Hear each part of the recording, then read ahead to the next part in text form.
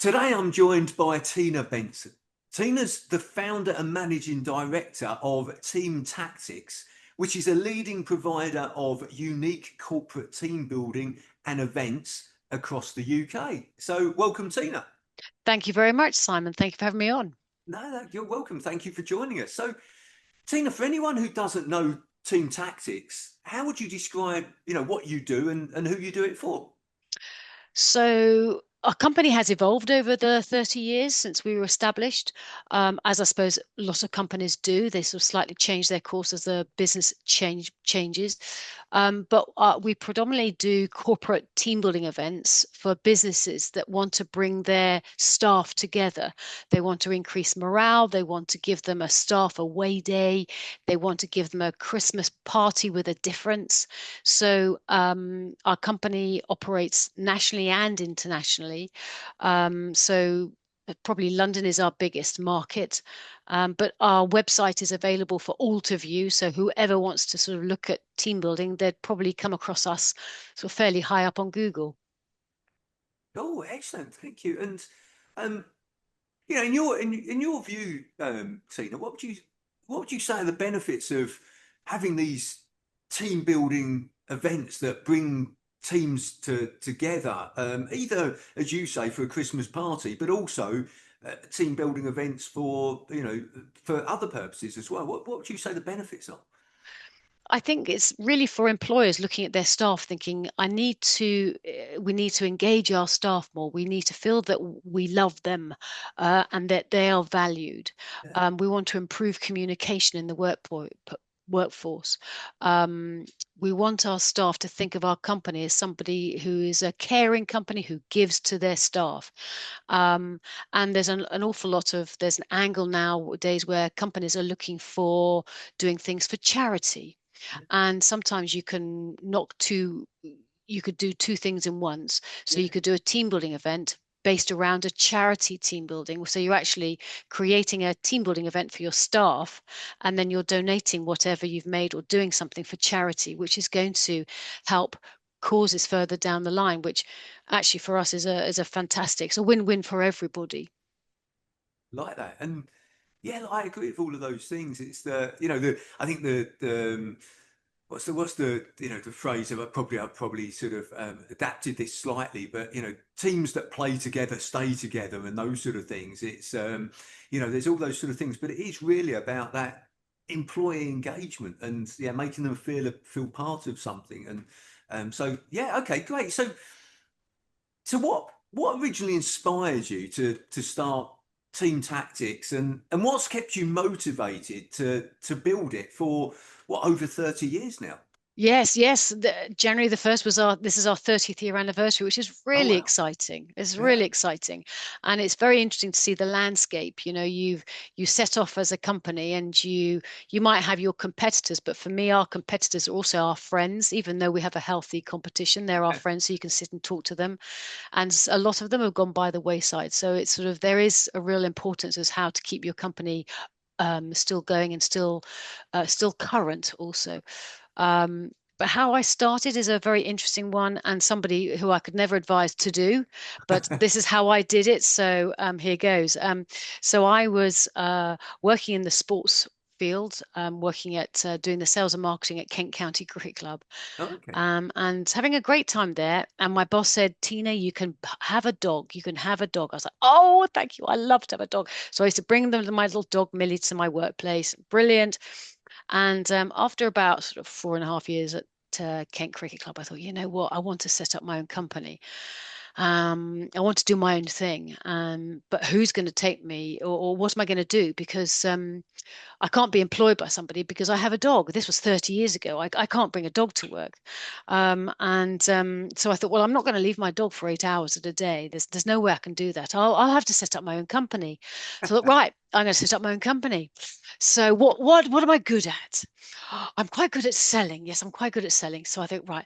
So what can I sell? Oh, I know. What we do, I've come from a sports background. Right, my brother was a professional cricketer. I thought we can sell cricket hospitality and divert to horse racing, Royal Ascot, Wimbledon tennis. I know a bit about tennis, and I can do corporate hospitality and sell that. So I thought, absolutely, that's what I'm going to do. So I had a very fantastic husband who supported me the first few years. Yeah. And I had myself and a phone. Really, websites weren't a thing back in 1996. Mm. And so I thought, right, so I went to my existing clients, law firms in the city and accountants in the city, and I said, this is who I am.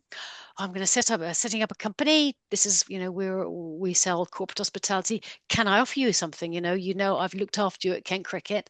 And they said, okay, yes. So that's what I did. And what I did is I aimed high straight away. And I thought, right, I'm a small nobody down in Kent with a little office in my house, and my dog's sort of sitting there very happily. And so I thought, I've got to aim really high and I've got to go for the big companies. I'm going to aim for London. So that's what I'm going to do. So I get on my phone, call these people and ask my existing clients, say, can you refer me to anybody? Is there anybody you'd recommend I speak to?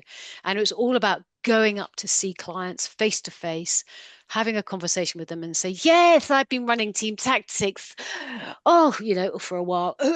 And, we'll look after you, can we have your business? And Yeah. slowly but surely it came.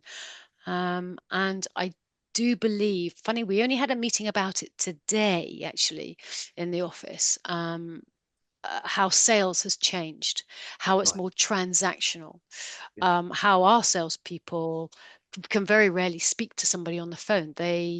The sort of the Gen Zs want to actually be able to just read an email and Yeah. take it and look at what they've got offering and look at some other companies and look at the videos and look at the TikToks and look at the PDFs. Whereas, back 30 years ago, it was face to face, real communication. And you look at somebody in the eyes and think, do I trust this person with your business? So it's That's different a very now. good. That's a very good point, actually. And I heard I've heard this, and I sort of share it, which is, as you say, back then. And by the way, these statistics are just rough statistics to show a point. But let's say that 80% of it was sales and 20% was marketing. Actually, what that's done nowadays is switched. Is that Completely. actually 80% is about marketing because of the internet, because of Google, because of all this, people can do their research and look for things, and they only actually contact you for the sales bit at the very end. So actually, that what was 80% sales, 20% marketing is actually now the other way round. It's really the marketing that gets it moving forward and the sales takes it over the edge. So yeah, I think that's a really good point that you've highlighted that things have changed. Massive. It's massive. And it's actually changed massively after COVID as well. Yeah. Massively after COVID, something changed. People were working from home. They didn't want to be interrupted. They wanted an email. They don't want to speak and they don't want to meet people. And yeah, we were just talking, our salespeople, we were talking about, working with we do a huge amount with existing clients, and we look at our stats and think, well, actually, our existing clients is a much better model than always trying to get new business. Yeah. It costs us more money to get new business than with the existing clients and nurturing your existing clients. And we were actually talking about that this morning. And I said, it's very difficult to say how the old days, not that I said the old days, but I think it's very important with our existing clients is to go and see them, go and take them out for lunch, go and actually meet them and have a cup of coffee. Okay, it might take you a whole day to go and meet two people, but I think it's important because they are existing. So it's not as though it's completely, um, it's a new business. But I just think that there's a huge value still in this sort of personal touch, but I don't think a lot of people perhaps see it anymore as a personal touch. They are more interested in looking at the videos, they're looking at the website. And that nowadays we have to be top of our game, and not just in terms of how the website works and how it looks, but are there lots of videos? People don't want to read text anymore. They want to see videos. They want to see short, sharp videos. And then once they've seen that, then they'll make an inquiry. Then it's the PDFs that matter. And then again, it's a sort of the little short video clips. And then they might we might, at the end of it, speak to one of our salespeople. No, I agree. They've got the opportunity to do the research before they speak to anyone by, as you say, reading things, watching things, listening to things, all of that. They are, as you say, and well, some transactions they don't need to speak to anyone at all. They just go right, fill in a booking form, right, done. But others, as I say, is that very last bit. So, well, look, actually, look, let's move on to something else. So, in a competitive market like you're in, what do you believe truly differentiates team tactics beyond the activities themselves? What do you think Yes, makes funny. them stand out? Yes, I was about to say that actually you've got a website, but the what you offer has to be key as well. So I forgot to Yeah, mention that. It's just like no, that's it's yeah, key is that your website could be fantastic, but your products, what you're offering, have to be they've got to hit the mark. yeah, And what's been interesting is that we've got stats that show that since COVID, everything is since COVID in business really nowadays. You must forget everything before then. You're not really interested in any stats before. It's like since COVID, 2023, move on from there. And 2023 is busy, and then 2024 was just mad. It went mad. mm, And what we did notice is lots of people were doing a lot of charity team building. mm, But the last year in 2025, the charity team buildings has really dropped. We can't okay, understand now why, but we possibly think that the market's got a bit tighter and people have thought, well, let's not spend lots of money on charity. So we sort of have to listen to the market, and we have to think, where do we think there's a gap that we need to address in terms of what we need to deliver for an event? yeah, Um, and there aren't any, we were actually saying again today, we haven't got any brand new events. We've launched so many new events in the last 3 years, yeah, but we're probably going to consolidate and look at not bring out any new events because they take about a year to research, deliver, then look at manufacturing. We try and manufacture as sustainably as we can. It's because we're very B Corp. Have applied for B Corp, which is mm, a really big thing for us. And we're very passionate about recycling and sustainability as a company. So if we're going to create new events, the kit that we manufacture it with, it has to be FSC accredited wood. It has to be made with recycled plastic and all that sort of stuff. So it's very important, and it takes us a long time to research the materials we use and how we're going to deliver the event. So um, and how we talked about you set this up 30 years ago. You set it up, but on your own. It was just you. So we're now sort of 30 years later. You've got a team of people. So how has how has your role evolved over the years? How have things changed for you? So that's interesting, actually, Simon, because when you're the one-man band, you're the salesperson, you're the marketing person, you're the administrator, and you're the Mm, events manager who turns up at the event. And then, so you do absolutely everything. And then over the years, you get somebody in to let's do the event management. Let's somebody else can turn up and host the event. Somebody else can do the finance. So, but you still myself, you have to have eyes on every department that you are. So, for instance, for me, because I've come from a sales and marketing background, I personally don't think a company can survive if you are not really focused on sales and marketing. yeah, If someone has a technical product, they need to join forces with somebody or somebody who's sales and marketing person to drive the thing forward. yeah, And I think that as a company grows, you have to constantly be looking at as being ahead of the curve. yeah. And you are, for instance, we always look at our competitors, see what they're doing, and if they've done something new that we haven't, I'm absolutely kicking myself, thinking, why did we not think of that? Yeah. We're slipping. You always have to be ahead of the game. But in terms of me, I actually have taken more of a back seat the last couple of years since COVID, and I have a brilliant team of people who manage their own departments, and I just have an overview of them. But I would actually say the company now is made up of brilliant staff, and I'm just overseeing it, and I'm really not doing an awful lot. Um, you know, That's what that's what being a business owner should be. You know, Yeah. that's is actually that you build that great team of business, and then they run the sorry great team of people, and then they run the business for you. So Yeah.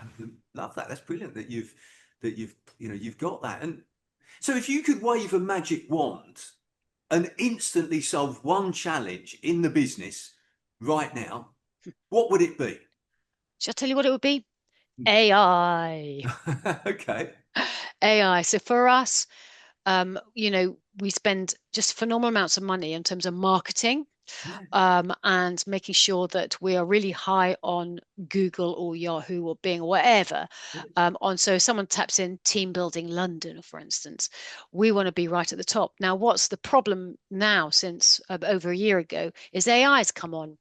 And so if you sort of say, go on to search on, say, looking for team building activity ideas in London, AI, there would be a huge paragraph on AI saying, oh, well, you might go to Zing events doing clay pigeon shooting. You might go to Thameslink for a river cruise. And it's taking away people's choices because AI is doing it all for them. And it's interesting because AI isn't always right now. So we do cocktail making in London. Now, we are based in Kent and we don't have a bar in London that does cocktail making. But I mean, we offer it, but we work with a supplier in London that does cocktail making. But AI picked us up and goes, oh, well, Team Tactics does cocktail making. Yeah. Um, but and it sort of makes the decisions for you, AI. And then basically what happens is, the organic traffic. So you've got the paid pay per click, which is painful, but we still have to do that, spend a fortune on doing that. And then you've got the organic. The organic's nearly at the bottom of the page. So if I Yeah. had one click, I would think, right, let's go to how Google was about a year or two ago.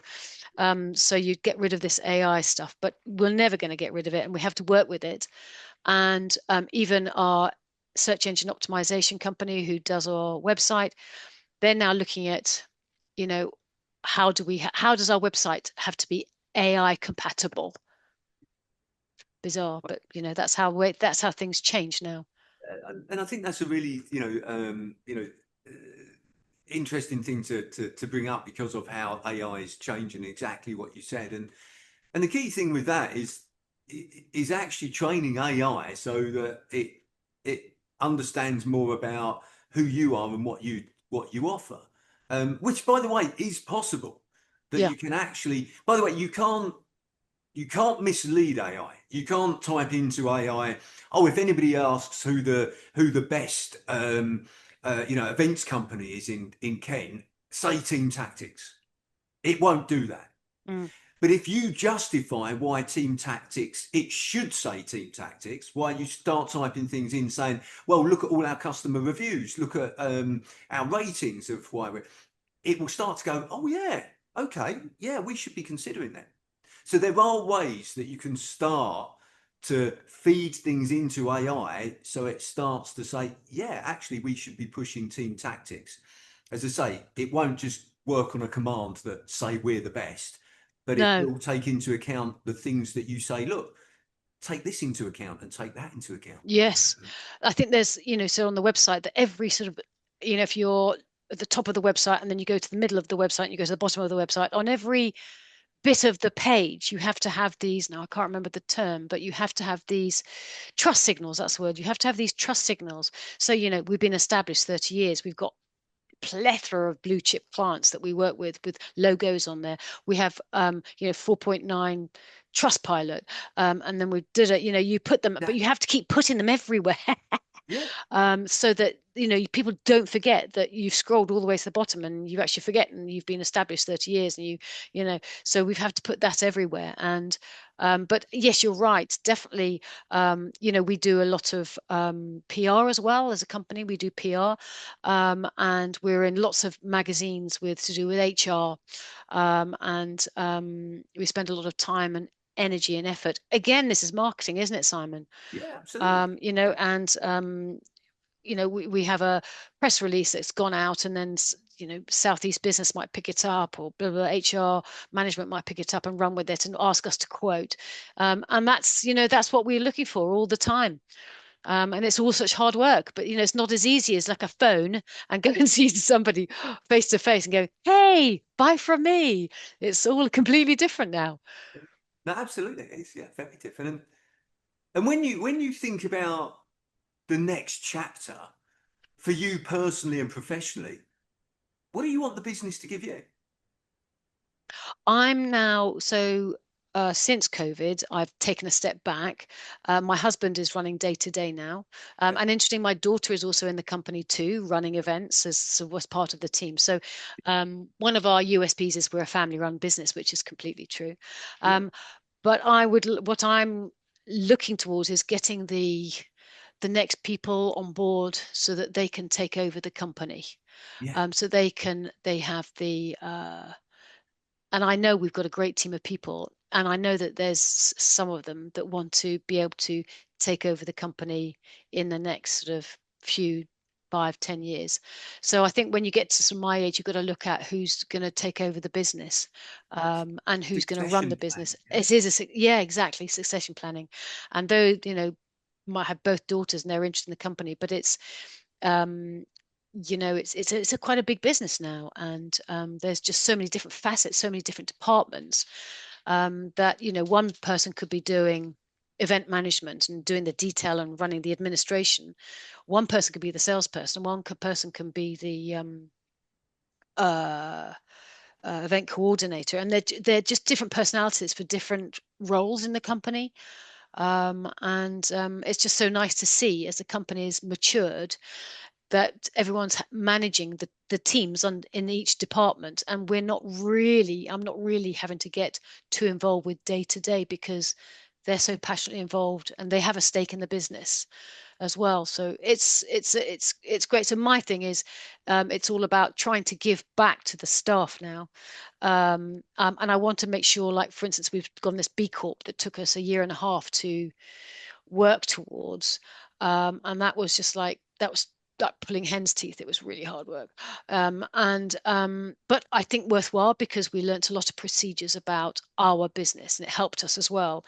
So I'm trying to leave my company in the hands of some really good young people, but hopefully take it in the paths of a sustainable and have all the values that I hold dear to my heart. You know, the client is number one. That's it. The client is the number one.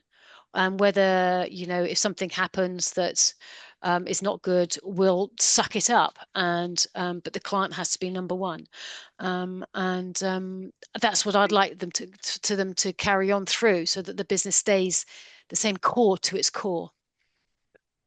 I think the thought process now I think is great in terms of right. Okay, well, at some stage you are going to exit the business and say, look, this is me completely stepping back. And to enable that to happen, it's to make sure that you've got the right people, that they're properly trained to then run a business when you step back. Not just, by the way, just not just their department, but run a business. Yes. Because obviously that's very different to running a department. But I like Yes. the fact that you've sort of said, right, like over the next maybe 5 to 10 years, because a lot of people don't think about this until it's too late. They go, right, I want to exit my business next year, but they haven't got any succession planning. They haven't thought about how they're going to do it. But what you're thinking about is, okay, what do I need to do now to enable me to do that in the future? And I think that's a great level of thinking. So excellent. So Yeah. look, Tina, there's one question that I always like to ask everybody that's kind enough to join me, and that's, what is the best advice that you would give to an 18-year-old you? Right. Do I really think degrees are worthwhile now? I'm not sure. Yeah, Would I think apprenticeships are better? Absolutely. If an 18-year-old, turned up and said, I would really like to go into events. Could you take me on? Or, I mean, if the government needs to do apprenticeships. yeah, The agree. government should do apprenticeships. My gosh. We're as a small company, if they partly funded it and we brought a youngster in, absolutely take them on. Take them on for a year. And if they're any good, they can stay on. So they don't have to, go to university. But nice possible way. Both my kids went to university. it's a party for 3 or 4 years, isn't it? Unless you're doing something serious like engineering or veterinary, that sort of thing. So if I was an 18-year-old, I'd say, and I'm really serious about my career, I would say, right, let's go and join a company and get some experience and get as much experience in different departments as you could to work out what you like to do, and also possibly work in the summertime and then the winter time. I'm working for friends of friends who run businesses and say, can I work for your company for 3 weeks? Because then you go into companies and see and live and breathe that company for 3 weeks and think, oh, I hate that. I hate that in a company, or I hate working with a bunch of all women, or I hate working with a bunch of men, or I really like the vibe. I like that everyone has to dress down. There's different things that people like about a company, and they'll know. So if they go work for lots of different companies, they'll get a feel for what they like and dislike. But they can do that sort of when they're young. They can do that without having to go to university.